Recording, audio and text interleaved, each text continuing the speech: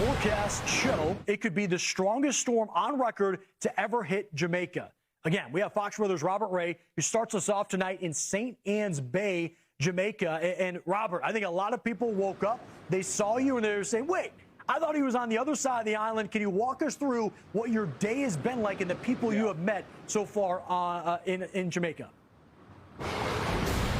Yeah, hey, Steve, good evening to you from St. Anne's Bay here on the north side, basically the center of the island. By the way, we just lost power, and we don't even have heavy winds. We've heard a transformer blow, and this is what we're dealing with. It just depends on where some of those wind gusts are, and we have not even really begun. Well, in fact, we haven't begun at all the true impacts of this. So we are being lit here on the beach, the Atlantic behind me. I won't be able to stand here at all tomorrow. Yeah, we started off today in Kingston. Take a look at the video of the mountains surrounding Kingston and just sort of the murky feel up there as some outer fringe bands were making their way through, and also people boarding up restaurants, businesses, anything they can to prepare for the onslaught of this historic hurricane. But Steve, we decided to move. The power just went back on. This is what we're going through, and this will be the ebb and flow, by the way. Our decision to move was twofold. First of all, we were not going to head to the southwest part of the island. That is out of the question. 170 mile an hour potential winds, Cat 5 landfall, unsurvivable. This team is not going to put ourselves in a situation like that.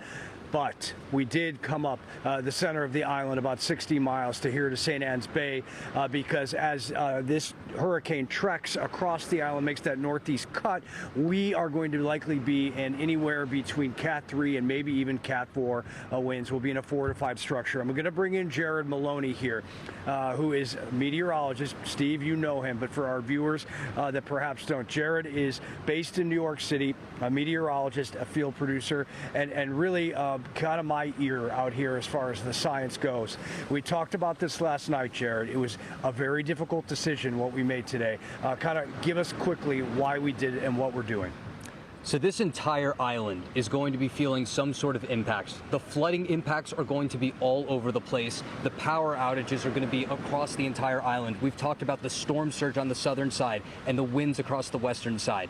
At this position here, we are going to be able to document the wind side of this storm as it passes through, far weaker and far less dangerous, but still very powerful on the north side compared to the southwest side. And we're going to be close to a major highway, which is the road that we think is going to be the most reliable to get back online, so we can ferry ourselves to another location and to go and check